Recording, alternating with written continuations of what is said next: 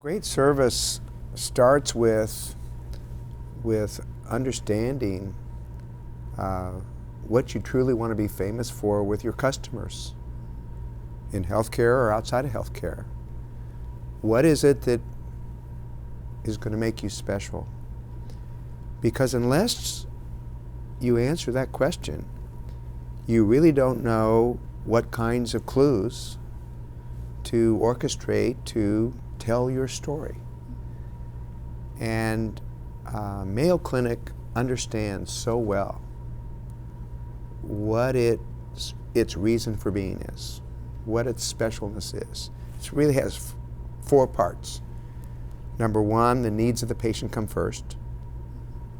Number two, it practices team medicine, collaborative medicine. Number three, it's an efficient organization. It doesn't waste your time. And number four, it cares. It cares for the individual patient and the families that come along. And by knowing what it stands for, it's able then to orchestrate all of the different clues of service to tell that story. And it tells it so well.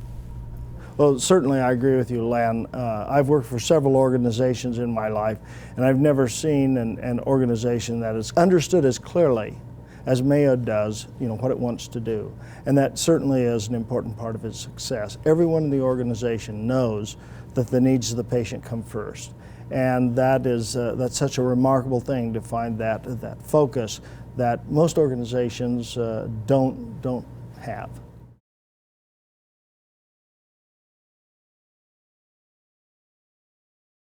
Kent, one of the things that most impressed me about Mayo and my study of Mayo during my sabbatical leave is the attention to detail at Mayo.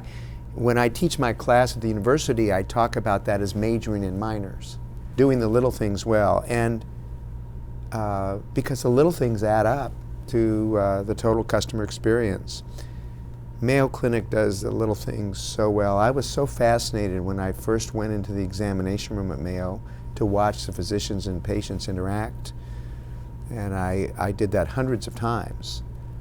And I was impressed by all of the little things in that examination room that you don't see in a typical medical examination room. For example, the physician's desk chair is on rollers, so the physician can roll in front of a patient who's seated on a sofa. It's a sofa in every exam room, and have a conversation or do the history eye level with both parties seated. A very different kind of clue when you're talking to the physician and you're seated and the physician is seated than when you're seated as the patient and the physician is standing. Very different kind of clue. Another example of majoring and minors in the examination room is the sofa itself. It has one arm.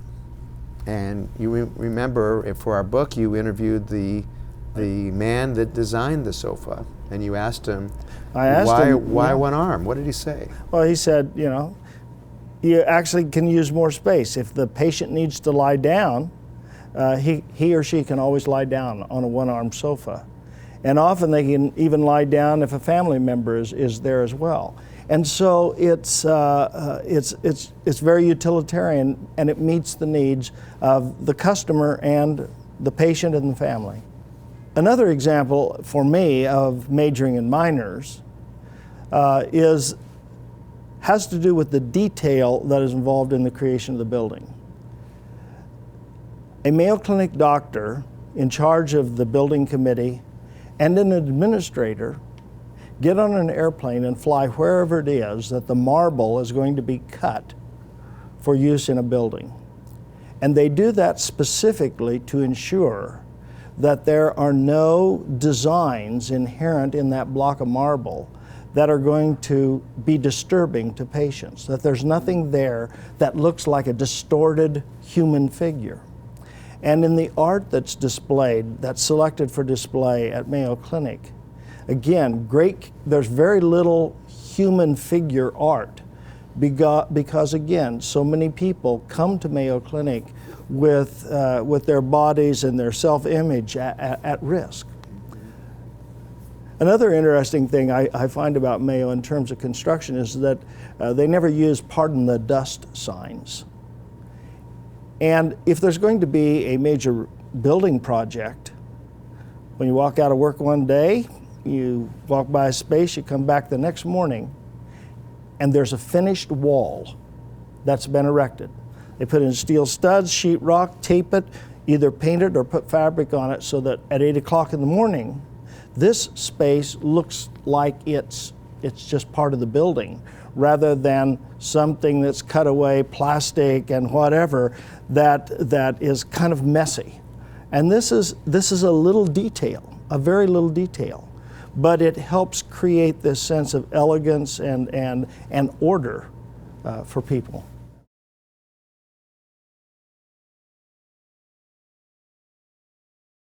Mayo Clinic is a huge organization. Kent, as you know, you were, until you just recently retired, one of 43,000 Mayo Clinic employees. So Mayo Clinic is a very large organization, but one of the keys to its success is it doesn't feel like a large organization to the patient. It feels like a small organization. And what we mean by by acting small is we mean acting responsively, acting flexibly, acting humanly and personally with each and every patient, treating an individual like an individual, not like a number. And the way Mayo accomplishes this more than anything else is its team medicine model. So it is the medical team that works with an individual patient that in effect becomes a small organization inside a huge organization. And this team, it might be 3 people, it might be 5 people, that basically take care of a patient during their experience at Mayo Clinic. They become the face of Mayo Clinic to that patient. And so the collaborative medicine model helps Mayo become small and intimate and personal, even though it's such a gigantic enterprise. Yeah, what you're saying there reminds me of an experience that we had together when we were going around to some bookstores in Florida. We went to the largest bookstore chain, Barnes & Noble, walked in and said, "Would you like us to sign the books?" They said, "Sure." Someone went out, found the books, they put stickers on them, and they were very thrilled. And then we said, well, there's another bookstore, let's go look at it. It was a small bookstore. We saw someone, we said, well, can we sign books? And the first thing the woman said, no, I don't know, I can't make a decision, the manager's here. So then we approached the manager who was working on some books in the aisle, and he said, no, corporate won't let us, okay? So a little organization acted like a big organization. It was not flexible. It couldn't see the potential that would come from having authors sign books, which actually helps them sell in bookstores. And so this operates not only in healthcare, but in every kind of business, big, bureaucratic, or small and accommodating.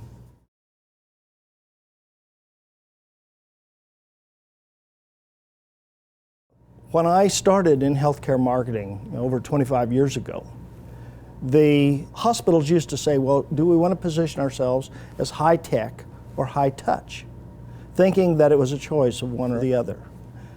But our research at Mayo Clinic has taught us definitively that you don't have that option. You really have to be both. You have to be both. People expect high tech, but high tech is not enough.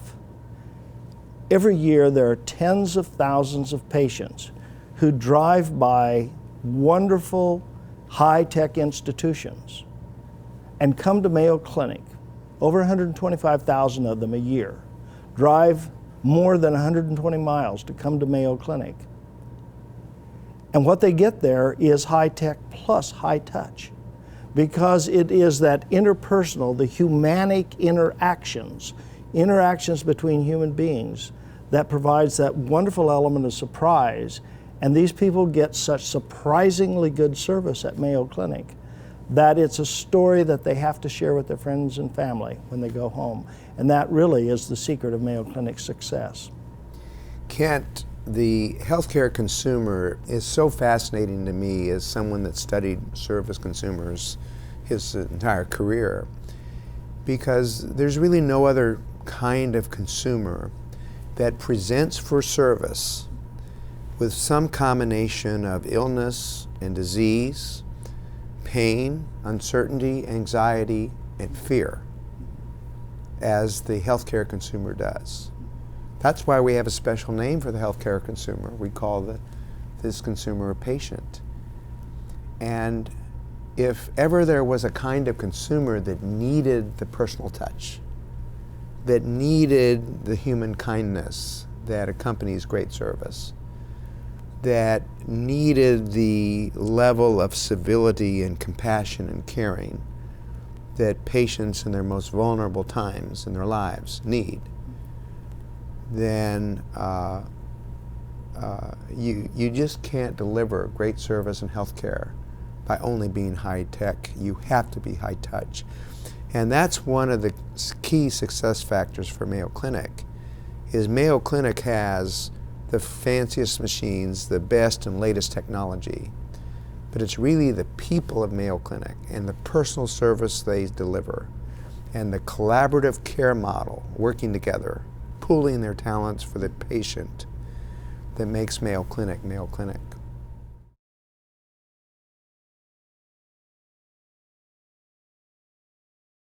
Another very important factor in Mayo Clinic's success is that it's an organization that has an incredible singular alignment. 43,000 people all working toward the same goal. Much of this is focused or founded upon, built upon, the central value, the needs of the patient come first. And this is a value that resonates with everyone in the organization. People who choose to work in healthcare like people, and they like to take care of people. This is a value that is stated in terms that can be accommodated into any person's belief system. It's not sectarian. It's a general humane principle. The needs of the patient come first. And that way, everyone who works at Mayo Clinic feels they can buy in to this value. But alignment, which begins there, doesn't end there. Everyone on the team is pulling the oar in the same direction. No one has incentives in the organization, financial incentives, to do anything other than what's in the best interest of the patient. There are no bonuses, straight salary, everyone's on the straight salary. Nobody earns more. No manager earns more because he can get his people to work harder. Everyone is rewarded simply because the organization overall does what's in the best interest of the patient. And this is true then in many other organizations where everyone working on a project needs to be aligned. There has to be alignment. You can't have organizations that can be successful if you have part of the crew pulling this direction and another part another direction. That's a pretty universal principle. And Mayo Clinic is just so remarkable in the way that everyone is rowing together. You know, Kent, one of the things that struck me as I studied at Mayo and started to focus my research on healthcare in general was the healthcare buildings. And it dawned on me that there's probably no other kind of building in which the people in it are under more stress than a healthcare building. The patients, the families that come with the patients, and the staff, because working in a hospital caring for severely ill people is extremely stressful. So virtually everybody that walks in the front door of a hospital walks in under stress. So the question arises, if that's so, then does the building itself make the stress even worse? Or does the building help moderate and relieve the stress? And as I started to think about that notion, that the people in the hospital are under such immense stress, I started to think about the importance of hospital design, which gets to the whole issue of alignment, because a hospital is an extremely complex building. There are not too many buildings that are more complex to design and build than a hospital. And everybody needs to be in the same wavelength on the team. The designers, the architects, the construction company, the client, the hospital administration, the staff that are going to work in the hospital, the nurses. No one knows more about what a patient room needs to be designed for and designed with than a nurse, because she spends more time in that room than anybody, including the patients. The patients eventually get to go home, but the nurse comes back to work every day. So the nurse has to be on the team. The nurse has to be aligned. You need the nurse's input if you're going to build a hospital, a good hospital. So I think the concept of alignment really fits with the whole concept of building and designing a hospital.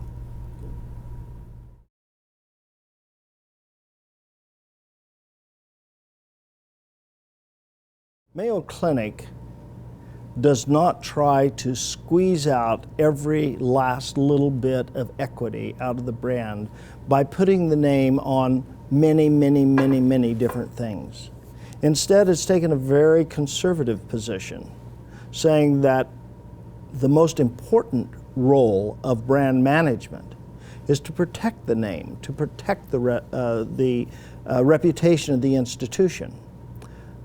Early on in the history of Mayo Clinic, the Mayo brothers were faced with all sorts of challenges, people trying to get them to endorse patent medicines and claiming that they recommended them.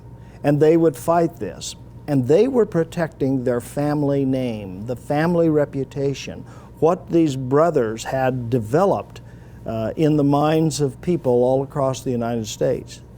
But today, Mayo Clinic is just as rigorous in its defense of that family name, which is now a corporate name.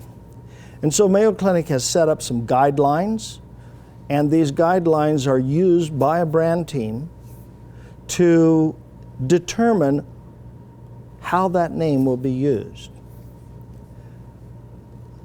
Those guidelines, one of the most important being that the name will not be trivialized.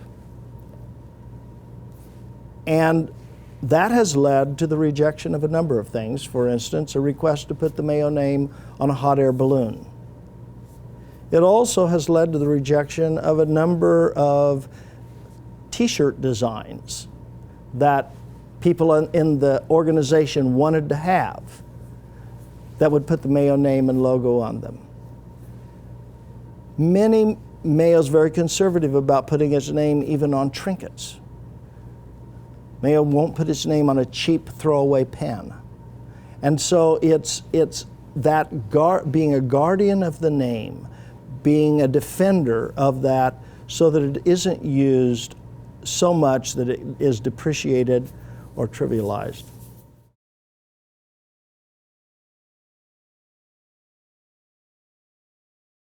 Every employee, I believe, is a volunteer. And what I mean is that embedded in every job is a concept I call discretionary effort. Discretionary effort means the difference between the maximum amount of energy someone can bring to the work and the minimum amount of energy required to avoid any kind of penalty. So the difference between the maximum that we can do in our job to help our customer, inside or outside of the organization, and the minimum required to avoid any kind of adverse consequence as an employee, the difference between the maximum and minimum is discretionary. It's voluntary. It's extra effort. What struck me, among other things, in studying Mayo is how much volunteerism Mayo gets, how much extra effort it gets. And it's really quite remarkable because Mayo has no incentive pay. It's, as you know, Kent, it's a straight salary system. You were an employee for 17 years there. You never got a bonus. You never got an incentive pay. You got your salary. And yet Mayo gets this extraordinary extra effort from the vast majority of its 43,000 plus employees. And that's a tribute to the clinic's culture, its values, its excellence in selecting the right people to employ, its effort to find the right people and to be patient in finding the right people. As you know well, Mayo Clinic might wait 6 months, even though they have an unfilled job, to find just the right person for that job, because they're looking for people that have Mayo values.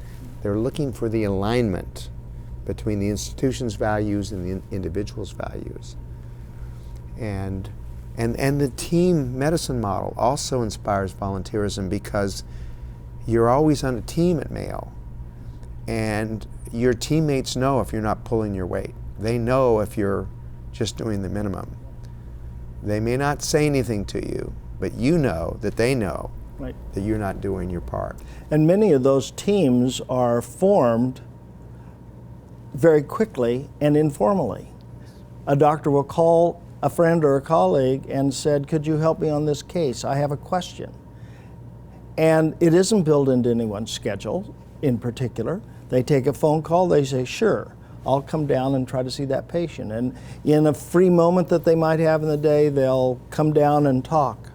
Or they'll take on another patient over the noon hour or at the end of the day to serve the needs of the patient. And it's voluntary effort on the part of the doctors. But that voluntary effort also is in little things like helping people who look a bit confused as they're walking around in the clinic. In my research, the thing that I have heard most often in terms of voluntary effort from the perspective of patients is how people ask them if they need help finding where they will go. And they are particularly impressed when they find out it was a physician. But every person in the organization walking around has antenna out reading the people.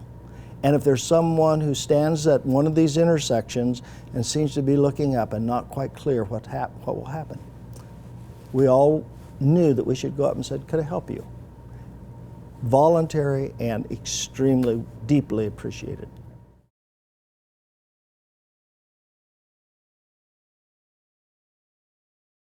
Social profit means the organization's commitment to improving the quality of life.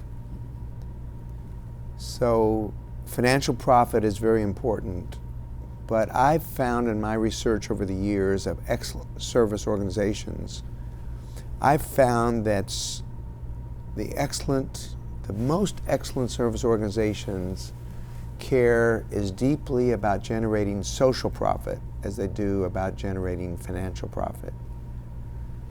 I've found, in fact, that if a company only cares about making money, that they really can't inspire the levels of volunteerism required to deliver excellent service. So social profit depends on an institution's culture of generosity. Generosity is one of the most powerful business tools there is, because generosity inspires employees to be better volunteers, to be better employees. And it inspires communities in which the organizations exist and function to give their loyalty to the most generous institutions. And it inspires customers to give their loyalty and their favorable word of mouth to organizations that they have seen be generous with them.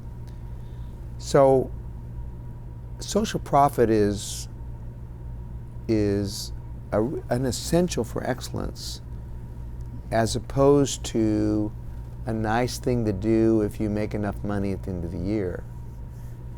I've learned in my research, Kent, that generosity is actually an input to the success of a service business rather than simply an output because a company's been successful.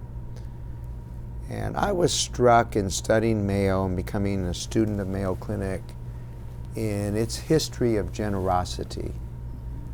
The story that we found for our book of the doctors Mayo in 1919 giving their medical practice, most of their personal wealth, to a not-for-profit foundation in the hopes that the Mayo Clinic then would outlive their own lives.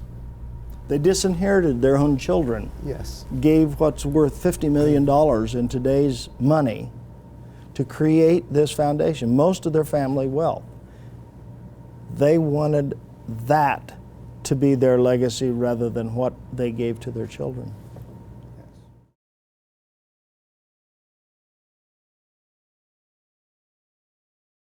We get asked that question a lot. Which of the three clues, functional clues, mechanic clues, or humanic clues, are most important? And Kent and I have an easy time answering that question because the answer is they're all important because they all play different roles. And a truly excellent service organization is going to be excellent in all three clue categories because they play different roles. Functional clues are really about the technical quality of the service.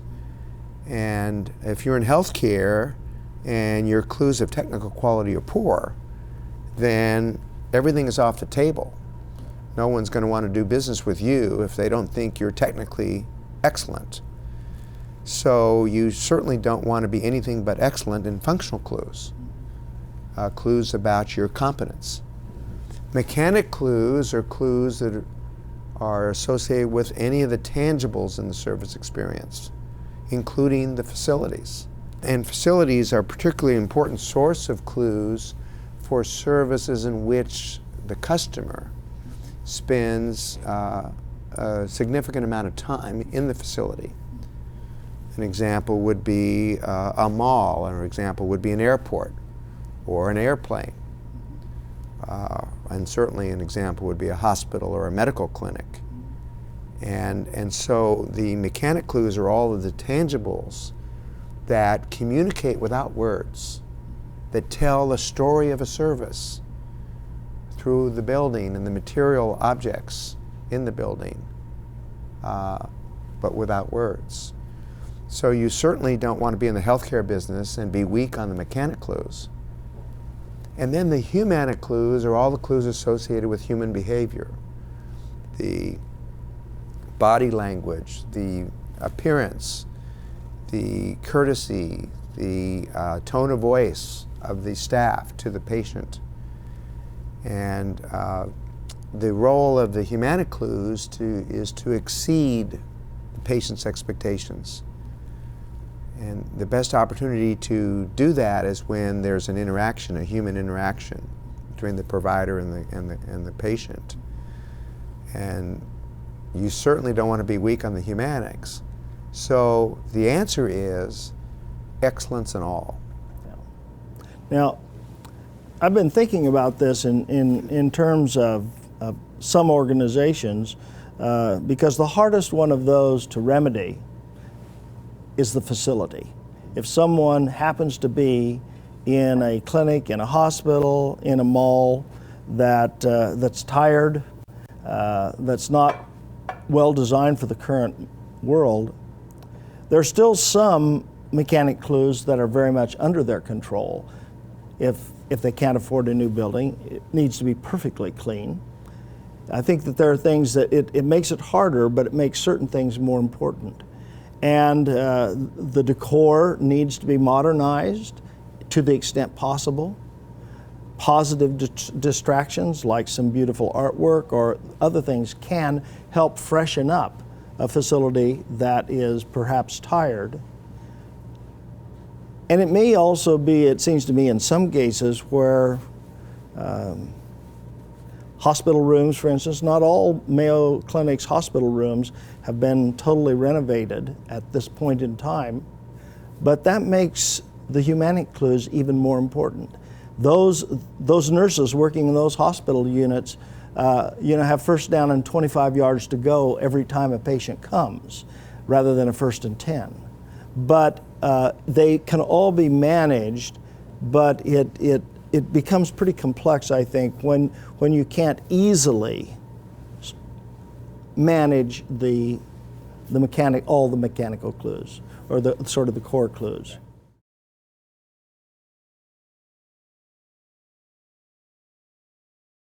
If I were going to choose just one, I probably would focus on having a core value. The role of the primary value at Mayo Clinic is absolutely central to its success. We made that discussion in the second chapter of our book because it really is a foundation on which everything else in the organization is built. And Mayo's ability to communicate that through the culture of the organization has been one of the most remarkable findings that I've had in my survey of this organization compared with other organizations I've looked at. To me, the biggest the biggest surprise in my research at Mayo Clinic as a longtime business school professor is that you can have an organization that, in the case of Mayo Clinic, is 142 years old today, that basically has not changed in all that time. Oh, it's certainly changed in terms of the practice of medicine and using the most advanced medical equipment and the most advanced medical thinking, of course. But the fundamentals of the Mayo Clinic are unchanged in a century. The core values then are the same today. And the core strategy of team medicine, of the concept of a multi-specialty integrated group practice to take care of the patients, the pooling of talent to take care of the patients, is a strategy that's so right that there's been no need to change it in over 100 years. That is, to me, the most remarkable finding perhaps in my entire career as an educator, because I've always taught my students in the past that companies need to change their strategy as the market changes, which is common sense. But I've now learned that in some cases, a company or organization can have a strategy that's so right, that's so fundamentally solid, that regardless of market shifts, the strategy remains the right strategy. And that's true with Mayo Clinic.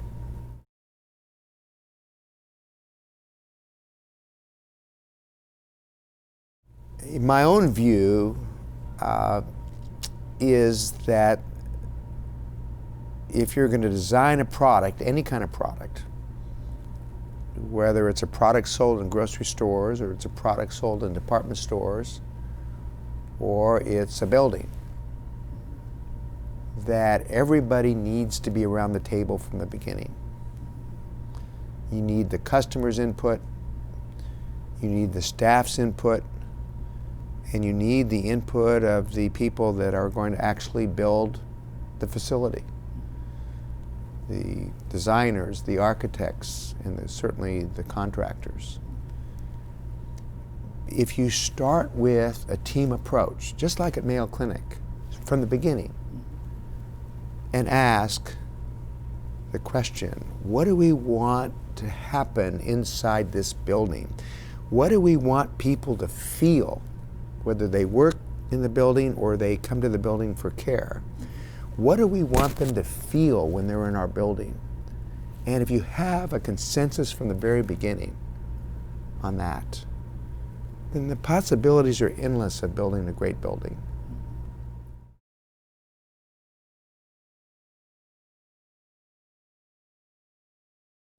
staying true to your values, staying true to your reason for being as a company. There's a reason you went into your business.